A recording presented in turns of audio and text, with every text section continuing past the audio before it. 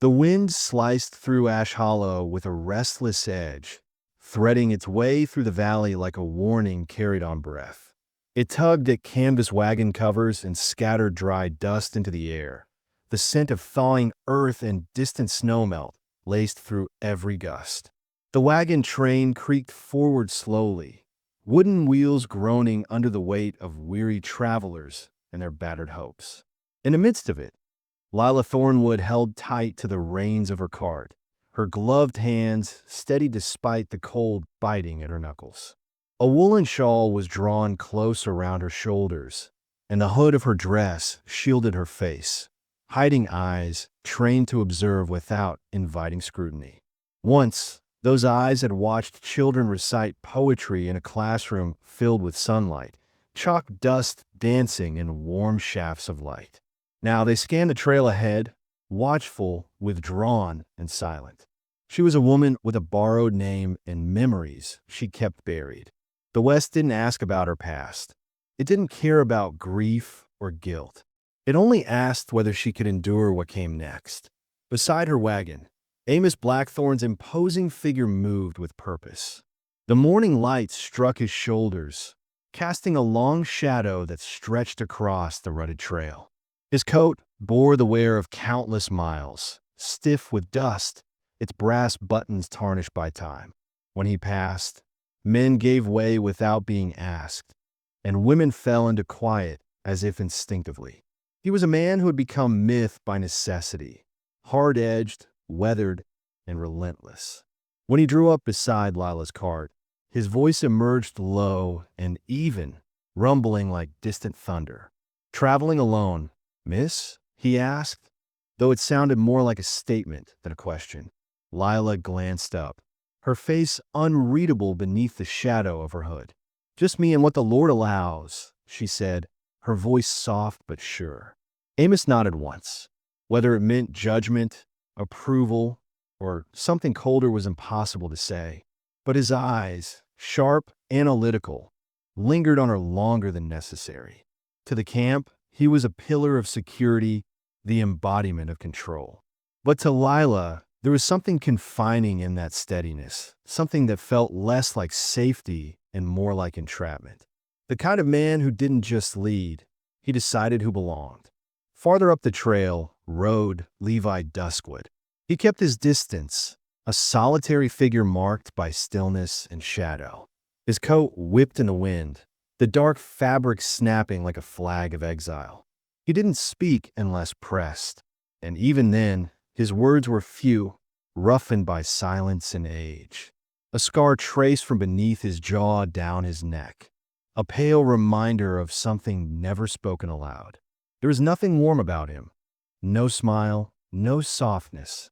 Yet there was honesty in him that Lila had come to recognize, a kind of truth that didn't dress itself in kindness.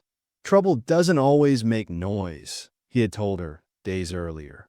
His voice was quiet, but it had settled in her chest and stayed there. There was no comfort in it, no invitation, but it pierced through her composure in a way no one else's had. He looked at her like he saw past the name she'd borrowed and into the grief she'd tucked beneath her ribs. And still, for reasons she couldn't explain, it didn't scare her. It steadied her. But the trail was unforgiving. It didn't care for secrets or second chances. It stripped the unnecessary and the weak, carving down to the marrow of who a person really was. Lila had packed only what she could carry, a handful of belongings, a name that didn't belong to her, and a sorrow so familiar it felt like part of her skin. The road west had teeth sharper than rumors and judgment. She could already feel it biting at the edges of her resolve. The land ahead made no promises, only demands. And though the camp had Amos's strength and Levi's quiet truths, Lila understood something neither of them could give her. What mattered most wouldn't be what others protected or warned her from. It would be what she chose to become when the trail turned cold and merciless. When the monsters weren't just in the woods, but in herself. By dusk, the air in the camp had changed, contracting like a breath drawn too deeply and held for too long. What had once been a place of measured routine, hammer blows, laughter, the scrape of tin plates, had shifted subtly, uneasily. The familiar cadence of the camp's work slowed, fractured by something just beneath the surface. Conversations dipped in volume, gestures became guarded, and the spaces between people grew slightly wider. It began innocuously, as these things often did, a whispered exchange between Virgil Sharp and Martha Coleridge as they stooped to gather firewood. Virgil, known for a grin that sliced rather than soothed, leaned toward her, his voice low and clipped. "She's hiding something," he said, not as if offering suspicion, but as if pronouncing truth. "Saw her out by the oak bend last night. No cause to be out there unless someone's got something to bury." His words didn't need embellishment. They slid into the cool evening air like a knife sheathed in certainty. Martha, ever the camp's self-appointed conscience, straightened slowly, kindling in her arms, her gloved fingers tightening with quiet resolve. Her tone was not surprised, only confirmed. A woman who guards her past usually has cause. It was judgment dressed in velvet, an indictment she delivered without raising her voice. Around them, the fire dimmed, or seemed to, as though even the flames understood the weight of what had begun to spread. Lila didn't need to hear the words to know they had taken root. The change in the air had reached her like the first whiff of smoke before a fire. On the trail, silence was never empty. It was a container for suspicion, a pause that hinted at consequences. Rumors didn't walk, they ran. And once loosed, they outran truth every time. That evening, she sat by her fire alone, her dress still damp from the river crossing, the smell of silt and smoke mingling in her lungs. The flames crackled softly, throwing light on her hands, which lay too still in her lap. Every movement in the camp, every glance she couldn't quite catch, felt barbed. Then Amos Blackthorn emerged from the darkness beyond the firelight, his boots crunching softly against the grit. He said nothing at first, just sat on a nearby log with the slow heaviness of a man used to bearing weight. When he finally spoke, it was not to her, but to the flames, his voice as dry as the tinder they consumed. Decent people get buried by small words. The fire danced in his eyes, but he didn't turn to meet hers. Don't let them shape you. It might have been comfort, but to Lila, it felt conditional, a warning disguised as concern. Amos's words always carried a ledger of their own, and his protection, she had learned, came wrapped in quiet expectations. He offered shelter, yes, but never without walls. The next morning dawned under a sky bruised with coming weather. Low clouds rolled in heavy from the east, their underbellies the color of storm-worn metal. The air felt tight with unspoken things. Lila was securing the flaps of her wagon, her fingers tugging ropes that had grown stiff in the night air, when she became aware of a stillness behind her. Levi Duskwood, he stood a few feet away, silent as the grave, watching the horizon. He didn't speak right away, as if parsing something only he could read in the shape of the clouds. When he did, it was with that same sparse gravity he always carried. Storm's coming. Lila didn't look up. Her hands kept working, the rhythm of tightening knots familiar and grounding. "Which one?" she asked, not flippantly, but because she genuinely didn't know. A silence passed, brief but taut. Then both. The word fell like a stone between them. Neither threat nor comfort, but something heavier. Something about the way he said it made her throat tighten. Was he speaking of the weather or the turn in the camp? She couldn't tell. And when she did finally meet his gaze, what she saw undid her in a way that suspicion never could. He looked at her without surprise, without judgment, only with the kind of understanding that came from having carried his own unspoken burdens. There was no pity in his eyes, only recognition. Somehow, he had seen through the walls she'd built, past the shawl and the stillness, to the woman she had been, the teacher, the exile, the survivor. But most of all, He saw the choice she hadn't yet admitted to herself, that she might not be running anymore, that maybe she was circling something inevitable, that maybe Levi Duskwood himself was not just warning her of the storm, maybe he was the storm. Not the kind that destroyed, but the kind that revealed what remained after the dust had settled. And as Lila stood there, wind pressing the hem of her dress against her ankles and the canvas creaking above her head, she felt something shift, not in the camp, but in herself. For the first time since she'd fled eastward, she wondered if she was walking away from her past, or toward the reckoning it had always promised. And if Levi Duskwood, quiet and watchful, might be the answer waiting at the end of that road. The storm didn't arrive. It erupted, tearing across the sky with a fury that felt almost sentient, as though it had been waiting, watching, and now chose this precise moment to descend with vengeance.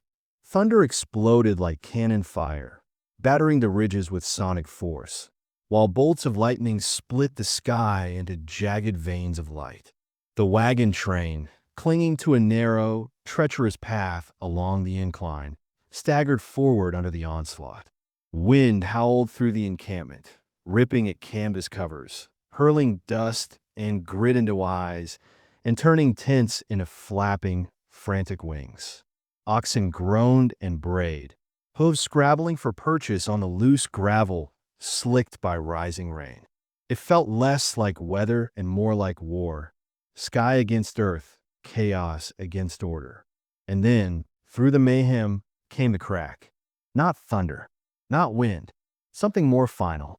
The sound of wood shearing under pressure, sharp and irrevocable, like the snap of a bone.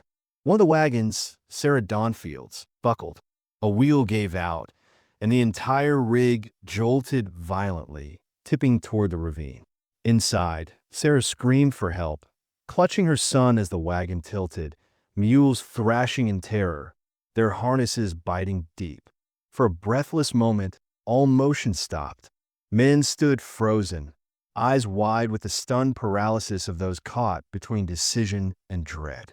It was as if the storm had not only silenced sound, but stolen courage, too. But not from Lila.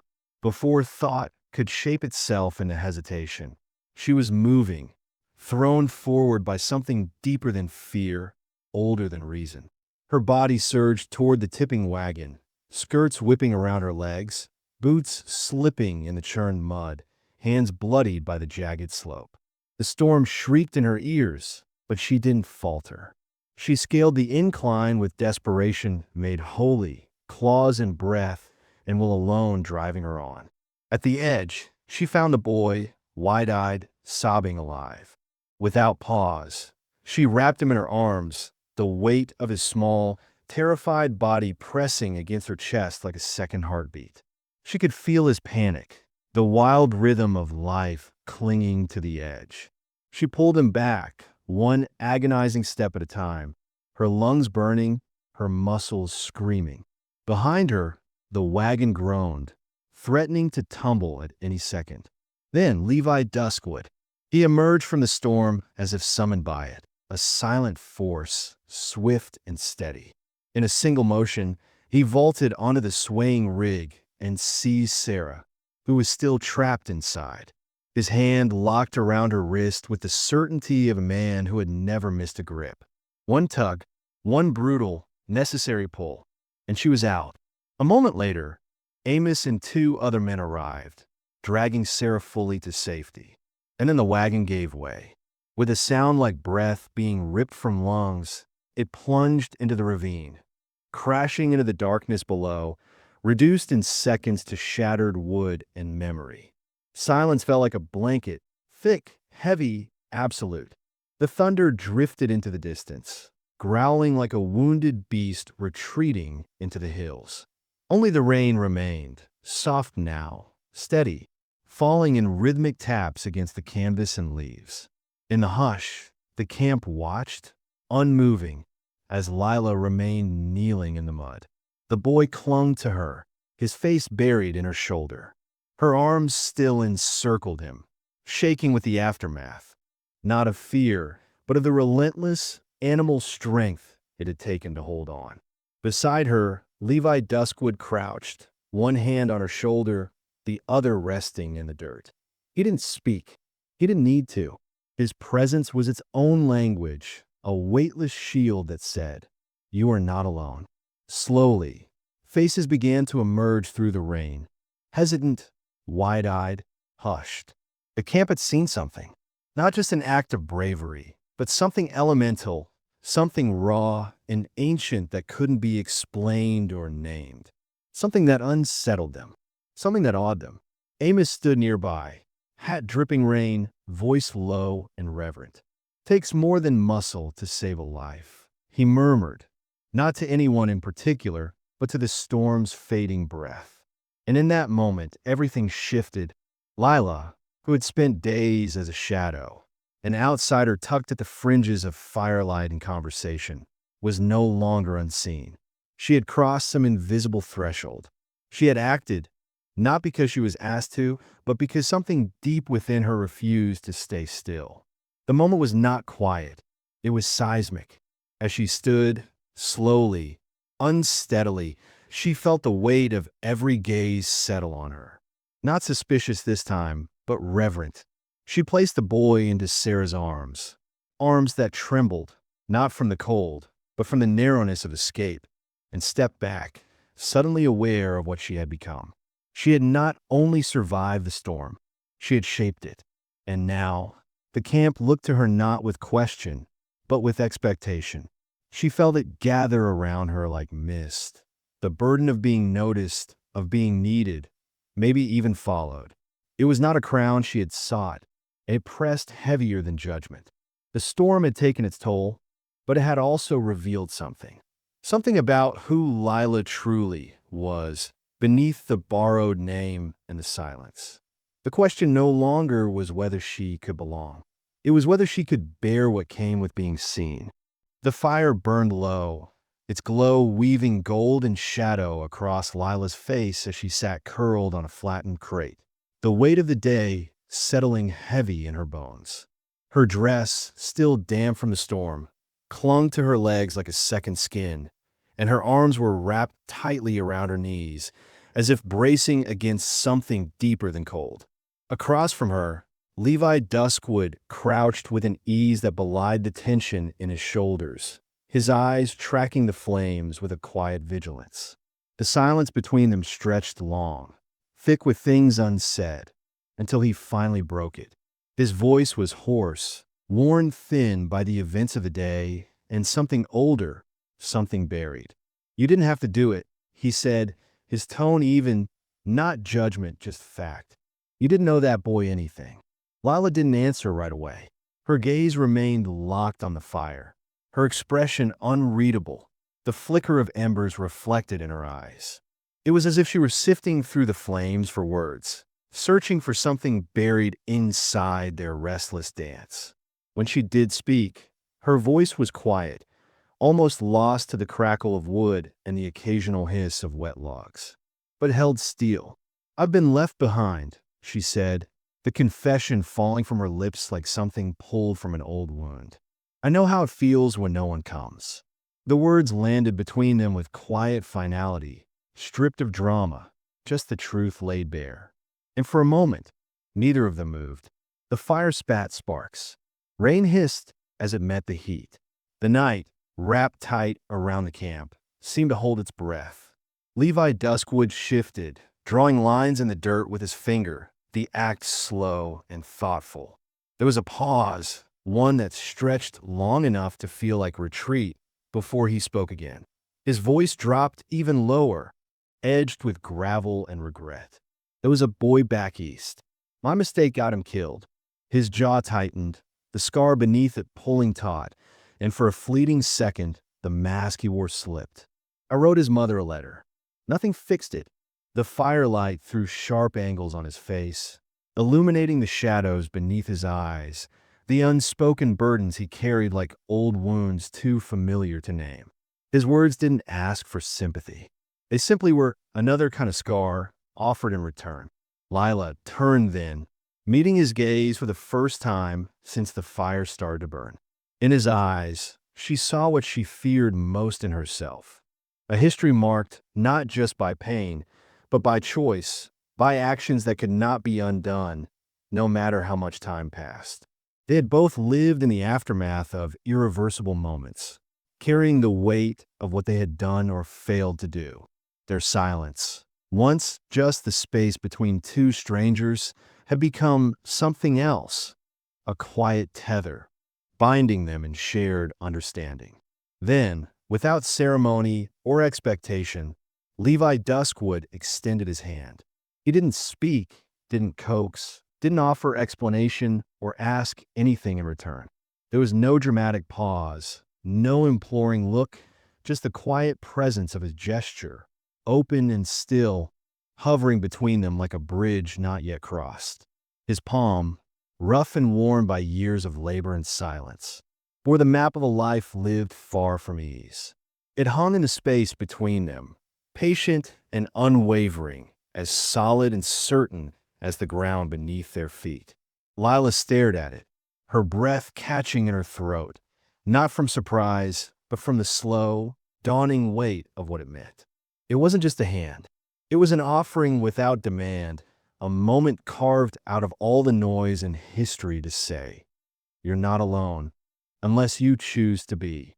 She hesitated, not because she didn't want to take it, but because part of her had forgotten how. Her gaze traced the ridges and scars of his palm, and in them, she saw echoes of her own solitude. The years of silence she had wrapped around herself like a second skin, the mistrust she had learned to wear like armor. And yet his hand remained. Steady, honest, unafraid. Slowly, tentatively, she lifted hers. Her fingers brushed his, uncertain, ghosting over his skin as if afraid the moment might vanish at her touch. But it didn't. When her hand finally settled into his, it wasn't with drama or urgency. It was quiet, deliberate, like a door being opened from the inside. In that simple meeting of hands, something shifted, not dramatically, not cleanly, but undeniably. It wasn't a promise, not yet. It wasn't redemption or even comfort. It was something gentler and far more dangerous, recognition. A shared knowing passed through their skin, unspoken and irreversible. The fire beside them crackled sharply, throwing gold light across their faces, as if it too had taken note of the moment. The silence between them changed, grew heavier with meaning, not oppressive, but full. Full of everything unsaid, everything still to come. It wasn't love. It wasn't healing. But it was real. A fragile thread drawn between two people who had spent too long pretending the world could only take, never give. And in that soft, flickering space carved out by night and flame, Lila felt something inside her shift too. A loosening. A thaw. She understood then that survival wasn't only about endurance. It wasn't just about standing through storms and burying the past deep enough to forget. Sometimes survival meant choosing. Choosing to reach across the dark. Choosing to be seen. Choosing to believe, just once, that someone might reach back and not let go. The morning light filtered weakly through a gauze of low, reluctant clouds, casting a pale sheen over the soaked earth still bearing the scars of the storm. The camp stirred slowly, wearied not just by weather but by the tension that clung like fog. Wagons shifted uneasily over the sodden ground, their wheels creaking in protest, while boots sank with soft squelches into the mud. Cooking fires sputtered half-heartedly, their smoke curling into the chill air, but the usual bustle had drained to low murmurs. Voices were subdued, glances cautious, as though the storm hadn't passed, but only changed shape. It was into this uneasy quiet that Martha Coldridge arrived, precise, composed, and flanked on either side by Beatrice Fairbrook and Agnes Ironvale, their presence a kind of announcement before any words were spoken. Their strides were purposeful, each step deliberate as if rehearsed, the weight of unspoken consensus already pressing forward like a verdict long decided.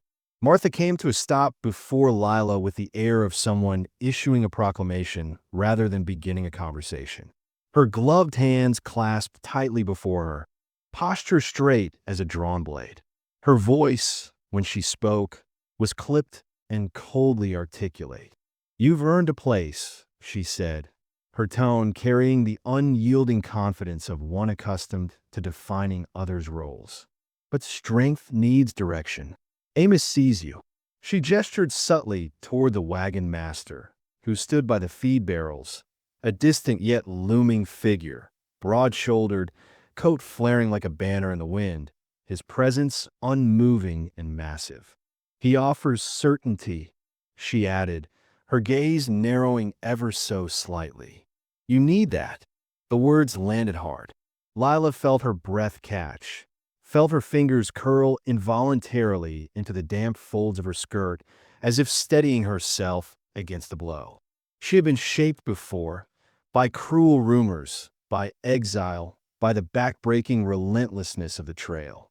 She recognized now the careful crafting of another role she hadn't asked for, a narrative written not for her benefit, but for the convenience of those who needed to place her somewhere, anywhere, to make sense of her survival. And yet, she'd survived on her terms, not theirs. "I won't trade silence for chains," she said at last, her voice low and calm, but forged with resolve. It was not a rebellion for show, not bravado. It was a boundary carved by lived pain, a refusal to be shackled once more by the comfort of others. Martha's expression barely shifted, but the glint of approval vanished from her eyes, replaced by something colder. Her smile thinned, like ice cracking beneath weight. "Call it pride if you like," she said, her words clipped like snipped thread. "But pride won't keep you warm in winter." The warning was clear. In a world that demanded compromise, Lila's principles would be counted as foolishness. Around them, the camp held still, breathless with expectation. The air crackled with a kind of collective hunger for resolution, for submission, for the moment Lila might falter and accept her place as defined by someone else. But Amos didn't turn. He didn't have to. His mere presence spoke louder than any plea. He was the embodiment of what the others craved: solidity, dependability, something unmoving in a world that shifted too often. To them, he was the answer. No explanations needed. To Lila, however, his immovable silhouette was not comfort but confinement. She saw the cage beneath the cloak of certainty, the cost beneath the offer. As the trio finally turned to go, their silence cutting sharper than their earlier words, Lila stood still, but her thoughts turned inward, away from their departing backs.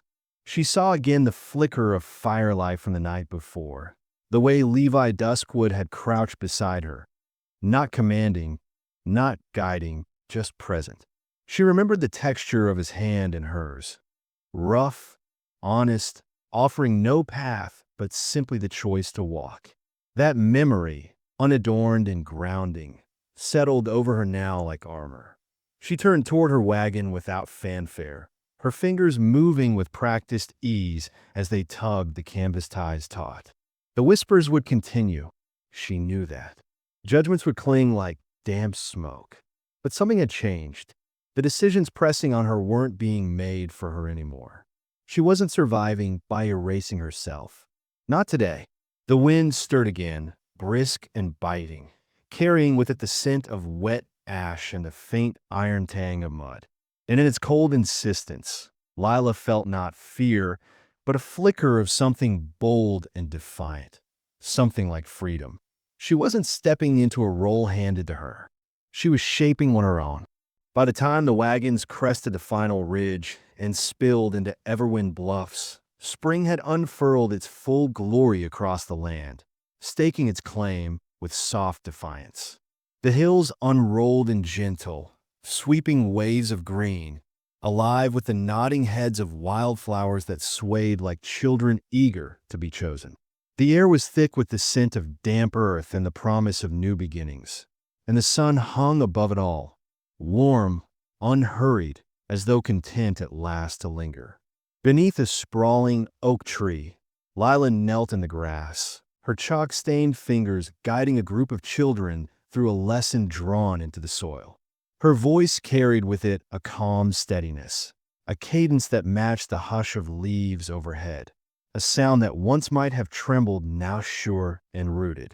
The children, legs crossed and faces smudged with dirt, watched her with rapt attention, their wide eyes reflecting something she had not always believed herself capable of inspiring: trust, curiosity, hope.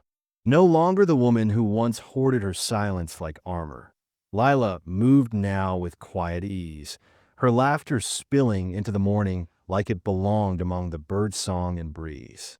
A short distance away, Amos Blackthorne sat reclined against a fallen log, his pipe sending up thin curls of smoke that rose like thoughts not yet spoken. His eyes followed Lila, not with the hunger of expectation, but with a kind of grounded reverence, as one might gaze upon a flame that had weathered wind and rain and still burned true. When he finally spoke, his words came soft, almost reverent, as though anything louder might disrupt the fragile balance. "You ever think about staying?" he asked, and the question drifted in the air between them, not binding but open, an offering rather than a tether. Lila glanced at the children before her, their hands grubby with dust and their hearts wide open, and her mouth curved into a quiet smile. "If they're willing to learn," she said, her voice steady, "I'm willing to teach." The answer, simple on its surface, echoed with the depth of something deeper, a choice made not in fear, but in faith. Amos nodded once, slowly, accepting her words without pressing for more. In that silence, something settled, an understanding not built on control, but on mutual recognition. Later, as dusk painted the sky in slow brushstrokes of rose and amber, Levi Duskwood found her alone near the edge of the bluff, where the land gave way to open prairie and a horizon that refused to end. In his hand was a tarnished compass, its brass casing dulled by years of dust and disappointment. He held it out without ceremony. "Used to think this would lead somewhere better," he said, his voice frayed by hesitation and memory.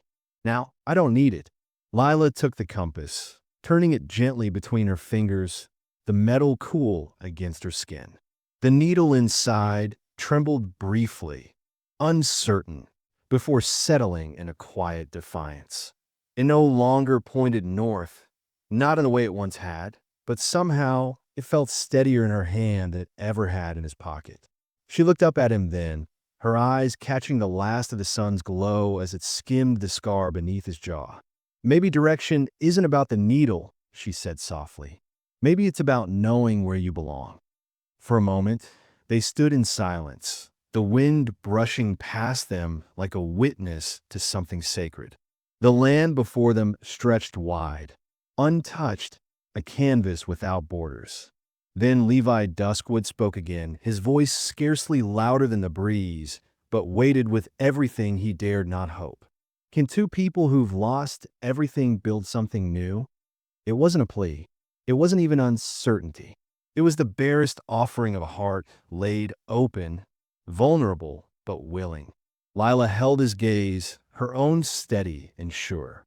"Maybe that's the only way anything true gets built," she answered. And in her words was not just belief, but the quiet defiance of those who have survived and chosen to love anyway. And then, slowly, Levi Duskwood stepped closer, his presence neither hesitant nor hurried. When their lips met, it wasn't fire or thunder, but something quieter and more enduring, like roots sinking deep in earth that had finally agreed to hold them. The wind hushed, as if listening. The sky glowed gold, and even the horizon seemed to soften and stretch, as if the world itself had exhaled, clearing space for the story they would now write together.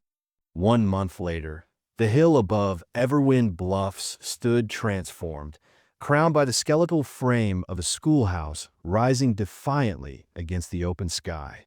Its rough-hewn beams jutted upward like a promise, not yet fulfilled, but already etched into the horizon with quiet conviction. Beneath the unfinished porch, Lila leaned lightly against the railing, her skirts streaked with sawdust and her fingertips tracing the wood's grain as though memorizing its shape.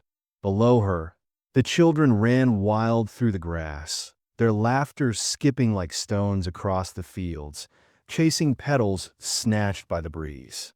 Their joy filled the air with a music the land itself seemed to remember, a melody not heard since before grief and hardship had passed through. Not far off, Levi Duskwood moved with steady purpose, each swing of the hammer-planting fence posts deep into the earth. His sleeves were rolled to the elbows, sweat cutting dark lines into the fabric of his shirt. Yet he worked without pause, every movement firm and measured. It wasn't just labor, it was intent, a man laying down the edges of a life he had once believed was no longer his to claim. He didn't look up until Lila called to him, her voice light but laced with meaning. "You building me a fortress or a classroom?" she asked, watching him with the glimmer of a smile. He paused, resting against the hammer's handle, and the grin that spread across his face was slow, unguarded, wholly certain. "Maybe both," he said, the words easy and sure, anchored in something deeper than the ground beneath them. Lila met him at the edge of the yard, her step sure, her gaze steady. Their hands found each other naturally, fingers sliding together like pieces long meant to fit. There was no ceremony, no grand gesture, just the quiet honesty of two people who had already chosen one another, not through declarations but through days shared, burdens carried, silences understood. They stood there, side by side, not waiting for some final sign or dramatic turning point. This was the beginning, not born of desperation or flight, but rooted in soil they had tilled with their own sweat, their own will, their own belief in something more. The schoolhouse, though incomplete, already breathed with life. It was more than lumber and nails. It was the imagined scrape of chalk on slate, the murmur of turning pages, the glow of candlelight catching on eager faces. It was hope shaped into walls, purpose raised from the ashes of their yesterdays. In its frame lived the truth that they had crossed the trail not just to survive, but to build. No longer the outcast woman haunted by loss, nor the man shackled by his past. Lila and Levi Duskwood stood as something unbroken, something newly made. It stopped running. They had chosen instead to create. And far off, in Ash Hollow, where the wind had once held its breath in mourning or in waiting, it finally exhaled. It slipped through the trees with a sound like a sigh, not of sorrow, but of peace. The land stilled, its long-held tension dissolving beneath skies newly clear. And in that quiet, it seemed to say what neither of them needed spoken aloud. This was not just an ending. This was where something lasting began.